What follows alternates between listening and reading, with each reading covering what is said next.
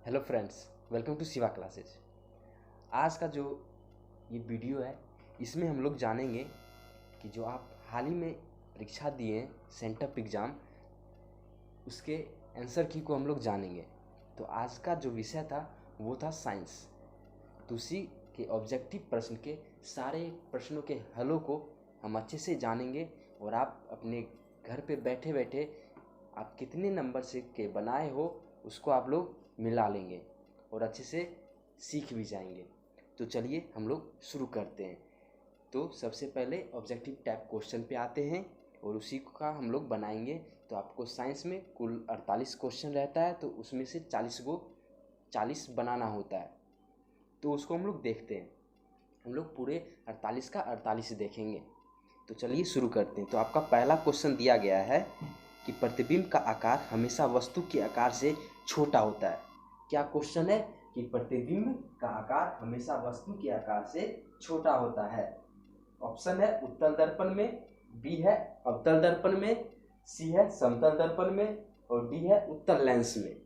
यानी उत्तल दर्पण, अवतल दर्पण, समतल दर्पण, उत्तल लेंस। तो इसका सही जवाब हो जाएगा उत्तल लेंस। ठीक, उसके आगे हम लोग चलते हैं दूसरा क्वेश्चन में। तो दूसरा क्वेश्चन में दिया गया है कि निम्नलिखित में से कौन सा लेंस में मुख्य फोकस बिंदु की संख्या होती है। यानी लेंस, यहाँ पे लेंस में कितने मुख्य फोकस बिंदु होते हैं इसके बारे में दिया गया है। तो हम लोगों को अब ऑप्शन की कोई आवश्यकता नहीं है क्योंकि ये तो काफ़ी आसान क्वेश्चन था। तो इसका उत्तर हो जाएगा 2। ठीक है, 2 होता है। लेंस में मुख्य फोकस बिंदु 2 होता है। ठीक है, F1 और F2। उसके आगे क्वेश्चन है जिससे विद्युत धारा प्रवाहित नहीं होती है वह पदार्थ कहलाता है। यानी जिससे विद्युत धारा प्रवाहित नहीं हो उसे हम क्या कहते हैं? कुचालक। बी नंबर ऑप्शन कुचालक। ठीक है, अब उसके आगे हम लोग 4 नंबर पे आते हैं। श्वेत प्रकाश में कितने वर्ण होते हैं? श्वेत प्रकाश में कितने वर्ण होते हैं? तो 7 वर्ण होते हैं। कितने होते हैं? 7 वर्ण। ठीक है, कितने होते हैं? 7। यानी रेनबो कलर में कितने कलर होते हैं? तो 7 कलर होते हैं। ठीक है, उसके बाद हम लोग आगे बढ़ते हैं। ये बायोलॉजी का क्वेश्चन है। घटपर्णी एक उदाहरण है। घटपर्णी एक उदाहरण है। घटपर्णी को हम लोग पिचर प्लांट कहते हैं। ठीक है, घटपर्णी एक उदाहरण है। किसका उदाहरण है? तो कीटभक्षी। ऑप्शन में दिया गया कीटभक्षी पादप, दलहनी पौधे, शैवाल और फफूंद। तो इसका सही उत्तर होगा ए, कीटभक्षी पादप यानी इंसेक्टिवोरस प्लांट। यानी ये घटपर्णी ये कीटों को खा जाते हैं। ठीक है, उसके बाद आगे क्वेश्चन है 6 नंबर कि निम्नलिखित में कौन जंतु चमड़ी और फेफड़ा दोनों से सांस ले सकता है। निम्नलिखित में से कौन जंतु चमड़ी और फेफड़ा दोनों से सांस ले सकता है?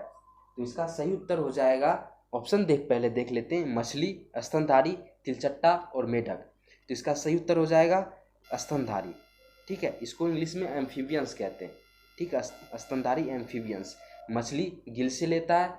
ठीक है, उसके बाद तिलचट्टा स्किन से लेता है, मेढक भी स्किन से लेता है और स्तनधारी ये स्किन से भी लेता है और लंग्स से भी लेता है, यानी फेफड़ा से भी लेता है।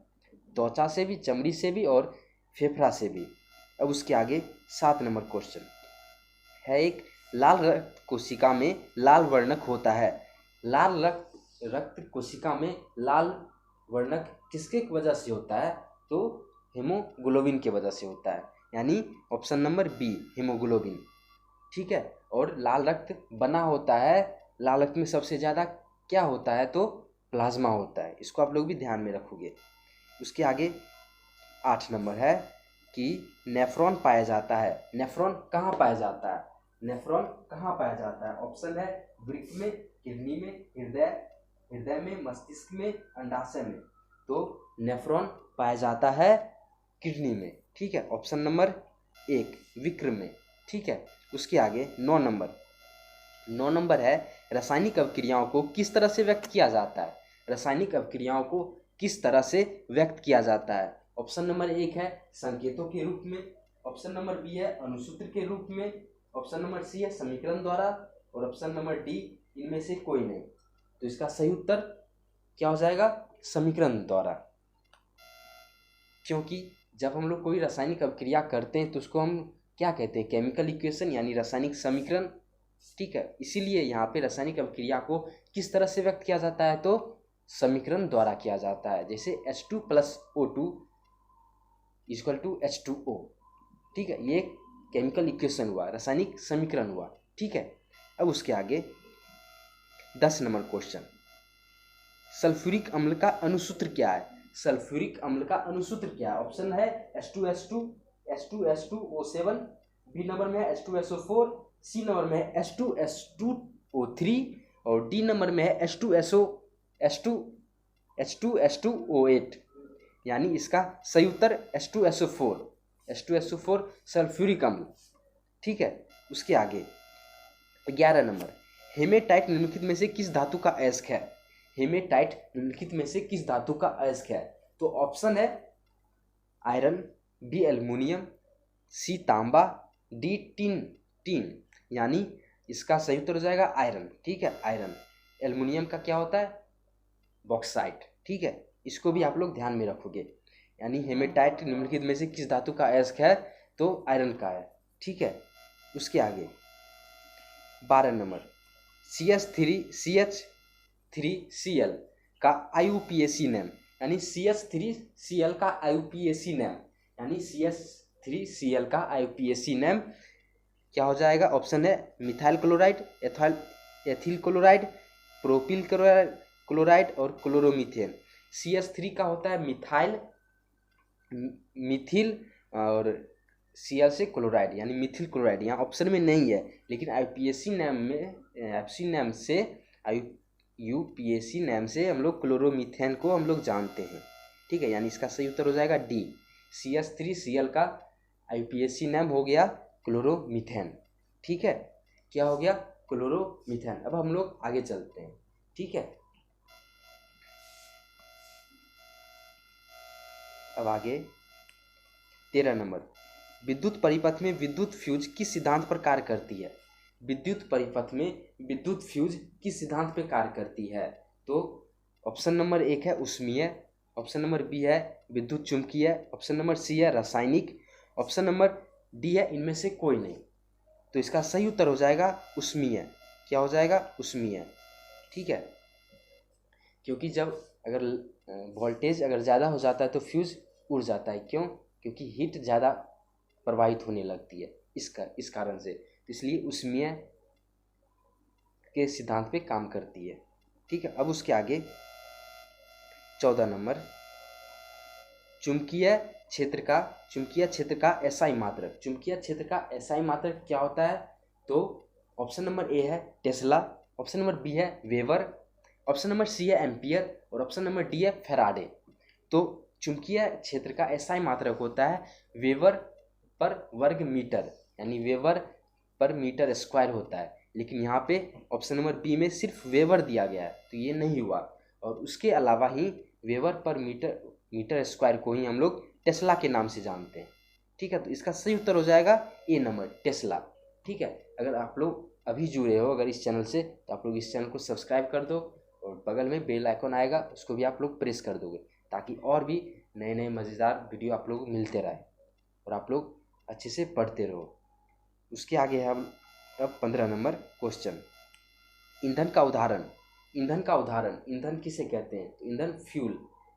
ठीक है, तो ऑप्शन नंबर ए है लकड़ी, ऑप्शन नंबर बी है CNG, ऑप्शन नंबर सी है LPG और ऑप्शन नंबर डी है इनमें से सभी।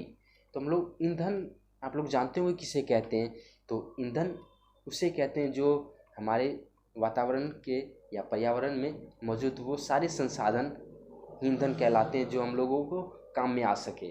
ठीक है, तो ये इसमें लकड़ी भी हमारे काम आते हैं, CNG भी, LPG भी, तो इनमें से सभी ईंधन हुए। तो ऑप्शन नंबर डी हो जाएगा इनमें से सभी, सही उत्तर हो जाएगा इनमें से सभी।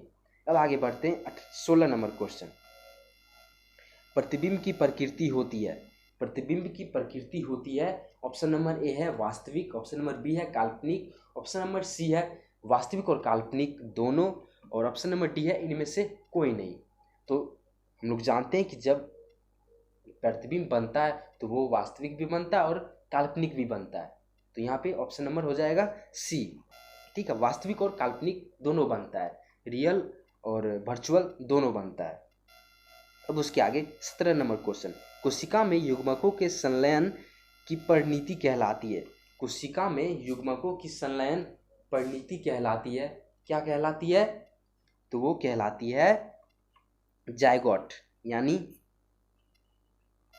जायगोट। ठीक है, अब उसके आगे 18 नंबर क्वेश्चन, मेंडल के द्विसंकर संकरण का लक्षण प्रारूपी अनुपात निम्नलिखित में कौन है? ऑप्शन नंबर ए है 9:3:3:3:1। उसके बाद है ऑप्शन नंबर बी में 9:6:1 और ऑप्शन नंबर सी में है 9:1:1:5 और ऑप्शन नंबर डी में है 9:3:1। तो इसका सही उत्तर हो जाएगा 9:3:3:1, यानी ऑप्शन नंबर ए। ठीक है, आप लोग पढ़ेंगे बायोलॉजी में ये क्वेश्चन है। तो अब आगे 19 नंबर पे आते हैं कि दिया गया है ओजोन क्या है?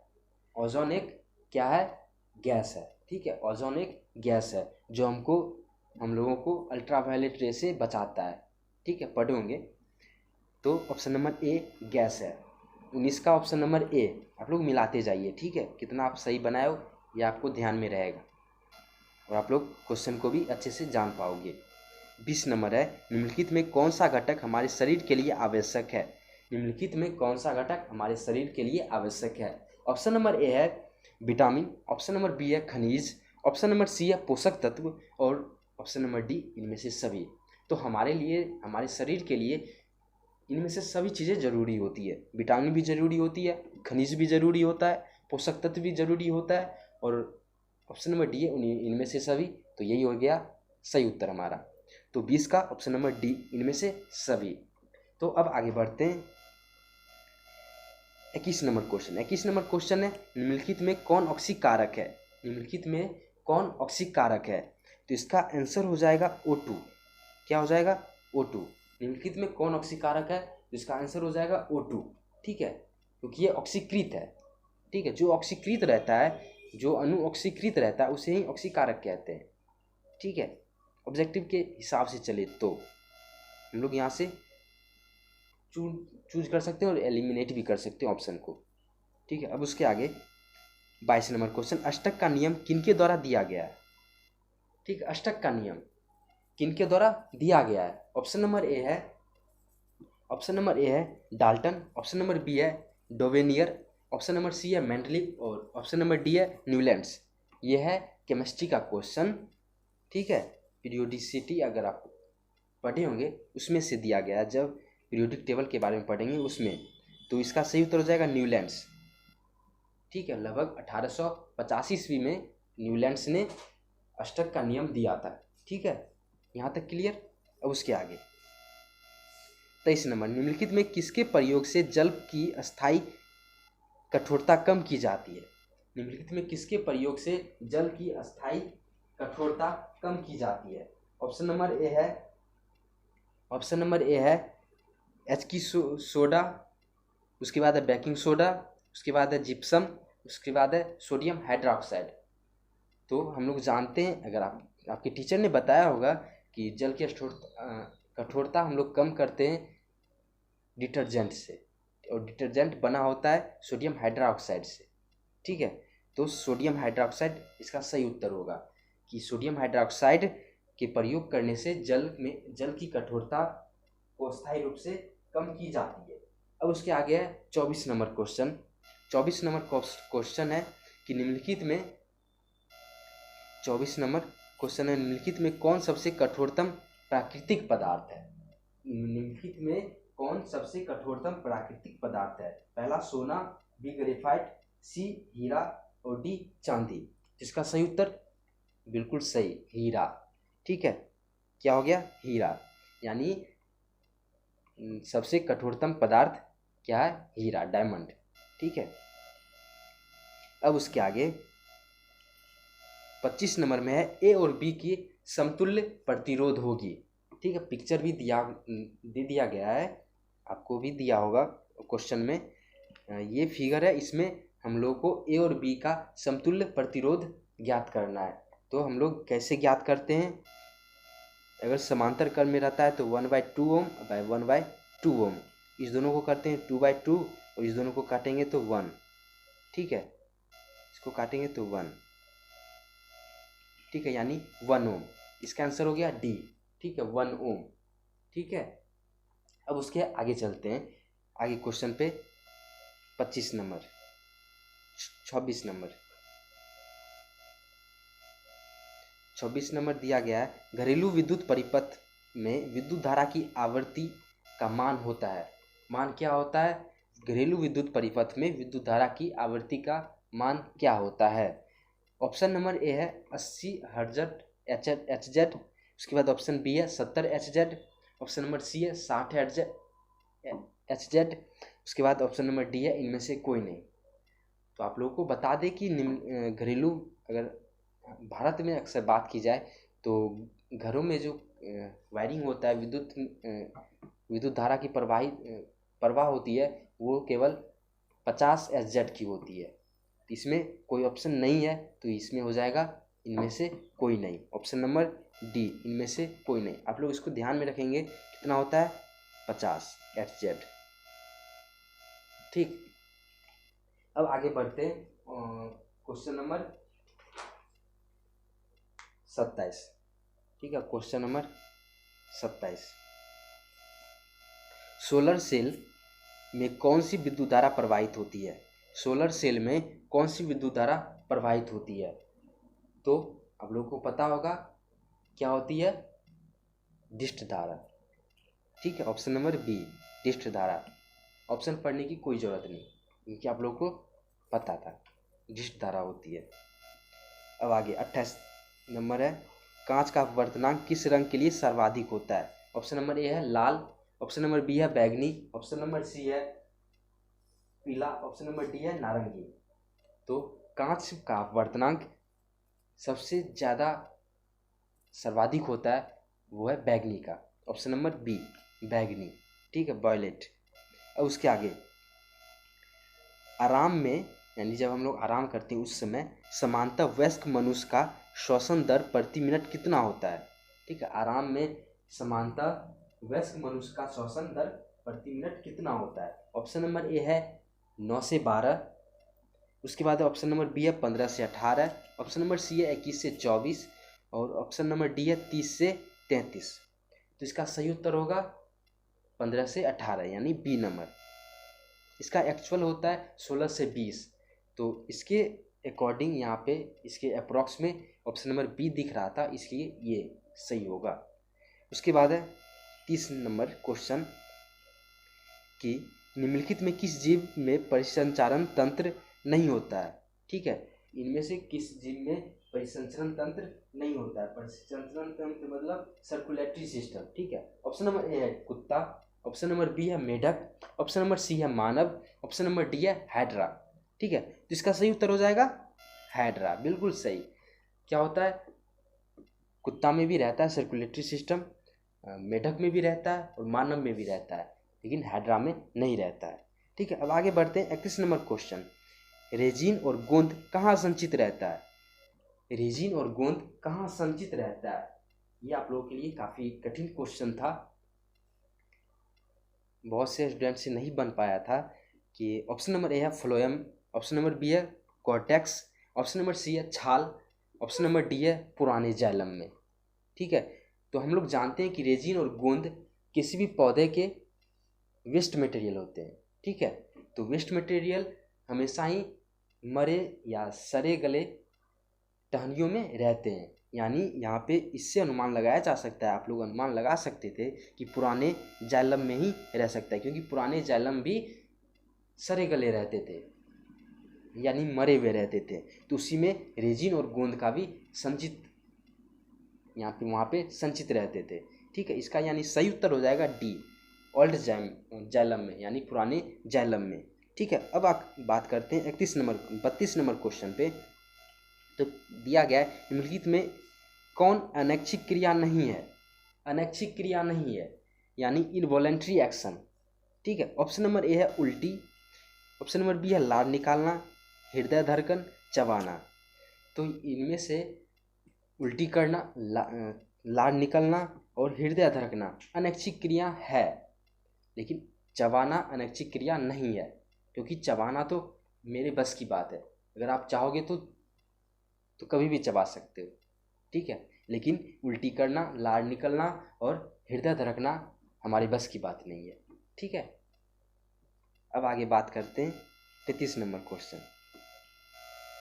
इसमें दिया गया है प्राकृतिक रबर निम्नलिखित में किसका बहुलक है।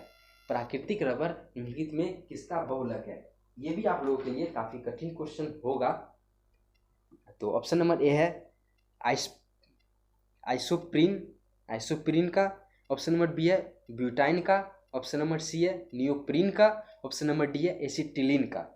तो प्राकृतिक रबर, नेचुरल रबर निम्नलिखित में किसका बहुलक है, तो पॉलीमर किसका है, तो वो है आइसोप्रीन का। ठीक है, ऑप्शन नंबर ए, 33 का ऑप्शन नंबर ए आइसोप्रीन। ठीक है, अब बात करते हैं 34 नंबर क्वेश्चन पे। यह आपका इस क्वेश्चन में सबसे आसान क्वेश्चन कि Ca का परमाणु क्रमांक क्या है। क्या है, बिल्कुल सही 20, यानी ऑप्शन नंबर बी। ठीक है, कैल्शियम का परमाणु क्रमांक होता है 20। ठीक है, उसके बाद बात करते हैं 35 नंबर। निम्नलिखित में कौन प्राकृतिक संसाधन है। निम्नलिखित में कौन प्राकृतिक संसाधन है। ऑप्शन नंबर ए है वायु, ऑप्शन नंबर बी है जल, ऑप्शन नंबर सी है मृदा और ऑप्शन नंबर डी है इनमें से सभी। ये भी आसान क्वेश्चन में से एक और कि निम्नलिखित में कौन प्राकृतिक संसाधन है, क्या इनमें से सभी। ठीक है, वायु भी है, जल भी है, मृदा भी प्राकृतिक संसाधन है, तो इनमें से सभी। ठीक है, अब बात करते हैं 36 नंबर क्वेश्चन पे। ठीक है, ऑप्शन 36 में दिया गया निम्नलिखित में कौन बुझा हुआ चूना है। अगर आप लोग पढ़े होंगे तो इसका जवाब जरूर पता होगा। ठीक है, निम्नलिखित में कौन सा बुझा हुआ चूना है, तो इसका सही उत्तर ऑप्शन नंबर बी क्या है, CaOH का हॉल्टॉयस, कैल्शियम हाइड्रोक्साइड। ठीक है, CaO तो हो गया कली चूना। ठीक है, कैल्शियम ऑक्साइड CaCO3 संगमरमर का होता है। ठीक है, यानी चूना पत्थर का, कैल्शियम कार्बोनेट और Ca तो कैल्शियम। ठीक है, इसको भी आप लोग ध्यान में रखोगे, जो ऑप्शन में भी रहता है उसको भी आप लोग ध्यान में रखोगे, क्योंकि आगे अगर आप लोग वार्षिक परीक्षा दोगे कहीं उसमें आ जाए ये क्वेश्चन। ठीक है, तो आप लोग ध्यान में रखोगे। ऐसे भी आ सकता है कि निम्नलिखित में कौन सा कली चूना, ऑप्शन में ये अगर यही रख दिया जाए तो क्या हो जाएगा, CaO। ठीक है, कैल्शियम ऑक्साइड। ठीक है, अब बात करते हैं 37 नंबर। लेंस की क्षमता क्या है। लेंस की क्षमता क्या है, ऑप्शन नंबर ए है P बराबर A/U और ऑप्शन नंबर बी है P बराबर 1/V, ऑप्शन नंबर सी है P बराबर 1/F और ऑप्शन नंबर डी है P बराबर U/V। ठीक है, P यहाँ पे रहता है पावर ऑफ लेंस। ठीक है, और इसका सही उत्तर हो जाएगा ऑप्शन नंबर सी। आप लोग जानते होंगे, काफ़ी लोग जानते होंगे इसका उत्तर, P बराबर 1/F, यानी power of lens equal to 1/4 focus दूरी। ठीक है, 1/4 फोकस। ठीक है, यानी इसका सही उत्तर हो जाएगा P बराबर 1/F। अब बात करते हैं 38 नंबर। 38 नंबर में दिया गया नेत्र में किसी वस्तु का कैसा प्रतिबिंब बनता है। नेत्र में किसी वस्तु का कैसा प्रतिबिंब बनता है। ऑप्शन नंबर ए है काल्पनिक सीधा तथा छोटा, ऑप्शन नंबर बी है काल्पनिक सीधा तथा बड़ा, ऑप्शन नंबर सी है वास्तविक उल्टा और तथा छोटा, ऑप्शन नंबर डी है वास्तविक उल्टा तथा बड़ा। तो इसका सही उत्तर हो जाएगा ऑप्शन नंबर सी। नेत्र में किसी वस्तु का जो प्रतिबिंब बनता है वो हमेशा वास्तविक उल्टा और छोटा बनता है। ठीक है, अब बात करते हैं ऑप्शन नंबर 39, क्वेश्चन नंबर 39 कि वोल्ट बराबर होता है। वोल्ट बराबर क्या होता है, तो ऑप्शन नंबर ए में है coulomb per joule, option number B है जूल पर कूलम, ऑप्शन नंबर सी है joule per ampere, option number D है एम्पियर पर जूल। ठीक है, तो इसका सही उत्तर हो जाएगा 1 वोल्ट बराबर, ये पढ़ाए होंगे सर आपको, 1 वोल्ट बराबर 1 जूल बटा 1 जूल पर कूलम। ठीक है, यानी इसका सही उत्तर हो जाएगा बी नंबर, जूल पर कूलम। ठीक है, 1 वोल्ट बराबर जूल पर कूलम। ठीक है, अब आगे बात करते हैं 40 पे। 40 नंबर क्वेश्चन, विद्युत घंटी विद्युत धारा को किस प्रभाव पर कार्य करती है। विद्युत जो घंटी होता है, इलेक्ट्रिक बेल होता है, वो विद्युत के किस कारक पर कार्य करती है, किस प्रभाव पर कार्य करती है। तो जानकारी के लिए बता दें कि विद्युत जो घंटी होता है वो चुंबकीय इलेक्ट्रिक मैग्नेटिक इफेक्ट की वजह से काम करता है, मैग्नेटिक फील्ड पैदा करता है, उससे काम होता है। ठीक है, कार्य करता है विद्युत घंटी। ठीक है, तो ऑप्शन नंबर ए में है रासायनिक, ऑप्शन नंबर बी है चुंबकीय, ऑप्शन नंबर सी है उष्मीय, और ऑप्शन नंबर डी है इनमें से कोई नहीं। तो इसका सही उत्तर चुंबकीय है, मैग्नेट पे काम करता है। ठीक है, मैग्नेटिक इफेक्ट पे काम करता है। अब आगे बात करते हैं 41 नंबर क्वेश्चन पे।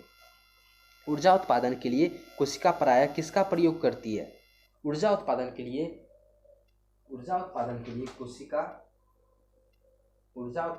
कोशिका प्रायः किसका प्रयोग करती है। ऑप्शन नंबर ए है ग्लूकोज, ऑप्शन नंबर ए है ग्लूकोज, ऑप्शन नंबर बी है एमिनो अम्ल, ऑप्शन नंबर सी है वसा अम्ल, और ऑप्शन नंबर डी है सुक्रोज। ठीक है, आप लोग पढ़े होंगे कि ऑप्शन नंबर ए है ग्लूकोज, ऑप्शन नंबर बी है अमीनो अम्ल, ऑप्शन नंबर सी है वसा अम्ल, ऑप्शन नंबर डी है सुक्रोज। आप लोग पढ़े होंगे कि अगर हम लोग को ऊर्जा प्राप्त करना है तो खाना खाना चाहिए। ठीक है, तो यहाँ पे खाना क्या हुआ, एक प्रकार का ग्लूकोज हुआ, पौधे के लिए खाना क्या हुआ, ग्लूकोज हुआ। तो इसका सही उत्तर हो जाएगा ए नंबर, ग्लूकोज। ठीक है, ग्लूकोज से ऊर्जा उत्पाद होती है। ठीक है, अब बात करते हैं 42 नंबर क्वेश्चन। ठीक है, 42 नंबर क्वेश्चन है ईस्ट में कैसे जनन होता है। ईस्ट में कैसे जनन होता है। ऑप्शन नंबर ए है जाइगोट द्वारा, ऑप्शन नंबर बी है बीजाणु जनन द्वारा, ऑप्शन नंबर सी है विखंडन द्वारा, और ऑप्शन नंबर डी है मुकुलन द्वारा। ये भी काफ़ी आसान क्वेश्चन है कि ईस्ट में जो जनन होता है वो होता है मुकुलन द्वारा। ठीक है, ईस्ट में जनन मुकुलन द्वारा होता है। अब आगे बात करते हैं 43 नंबर क्वेश्चन, विकासीय दृष्टि से हमारी समानता किससे अधिक है।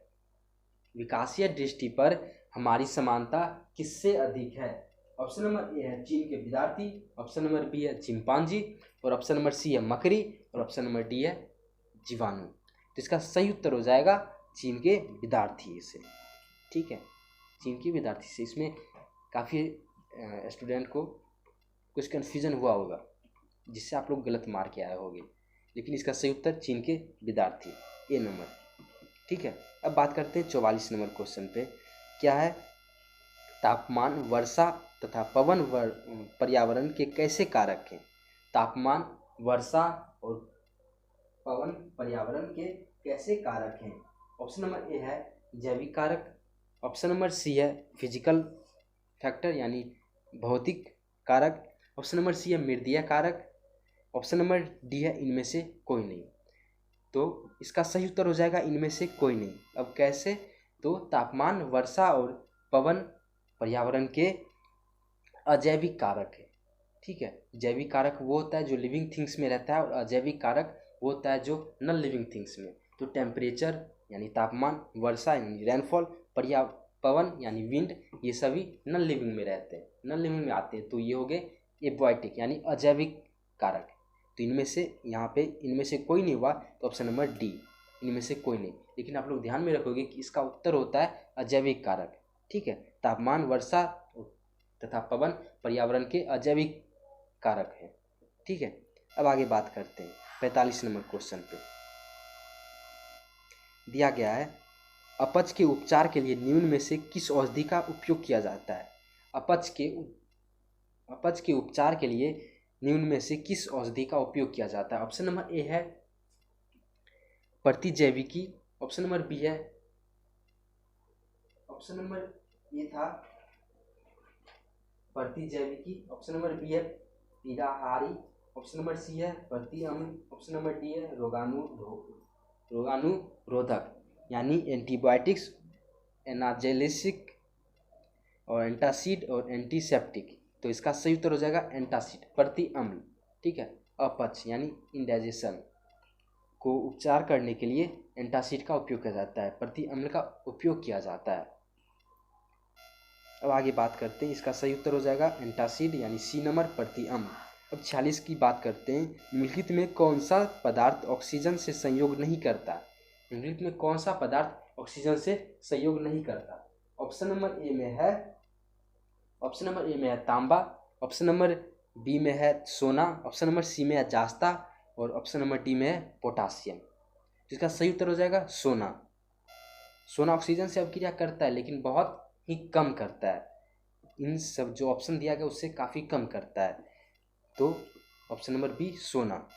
अब आगे बात करते हैं 47 नंबर क्वेश्चन पे। आहर पाइन निम्नलिखित में किस राज्य की जल संचय की व्यवस्था है। आहर पाइन निम्नलिखित में से किस राज्य की जल संचय की व्यवस्था है। ऑप्शन नंबर ए है Madhya Pradesh, option number B है Uttar Pradesh, option number C है महाराष्ट्र, ऑप्शन नंबर डी है बिहार। तो आहर और पाइन किस राज्य की जल संचय की व्यवस्था है, तो उसका उत्तर हो जाएगा बिहार। बिहार के कौन से जिले में, कौन से कौन से रीजन में, कौन से क्षेत्र में, तो वह है मगध के क्षेत्र में। ठीक है, मगध के क्षेत्र में अधिकतर घरों में आहर और पाइन के विधि से जल संचय किया जाता है। ठीक है, इसका सही उत्तर हो जाएगा ऑप्शन नंबर डी बिहार। ठीक है, बिहार में कहाँ, तो मगध में। अब बात करते हैं 48 नंबर क्वेश्चन, और ये हमारा लास्ट है। ठीक है, क्वेश्चन है सीएफसी का व्यापक प्रयोग किया जाता है। सीएफसी का व्यापक प्रयोग किया जाता है यानी सबसे ज़्यादा उपयोग कहाँ होता है सीएफसी का, तो ऑप्शन नंबर ए है एयर कंडीशन में यानी एसी में, उसके बाद ऑप्शन नंबर बी है रेफ्रिजरेटर में, फ्रिज में, और ऑप्शन नंबर डी है जेट इंजनों में, और ऑप्शन नंबर डी है इनमें से सभी। तो आमतौर पर आजकल आज के समय में सीएफसी का हर एक जगह उपयोग होता है, यानी एयर कंडीशन में भी, रेफ्रिजरेटर में भी, जेट इंजनों में भी, और भी कई सारे उपकरणों में किया जाता है। तो इसका सही उत्तर हो जाएगा ऑप्शन नंबर डी इनमें से सभी। ठीक है, तो यहाँ पे आज का जो एग्ज़ाम हुआ था साइंस का, सेंटअप का, मैट्रिक का, उसका यहाँ पे हम लोगों ने आंसर सहित समझते हुए, क्वेश्चनों को समझते हुए हम लोगों ने पूर्ण किया। ठीक है, अब जो भी आपके पास एग्ज़ाम होगा, आपका जो एग्ज़ाम होगा उसका हम लोग प्रयत्न करेंगे कि उसका भी आंसर आप लोगों को ससमय मिलता रहे। तो आप लोग से अनुरोध है कि चैनल को सब्सक्राइब कर दें और बेल आइकन को प्रेस कर दें। ठीक है, तो आज के लिए बस इतना ही।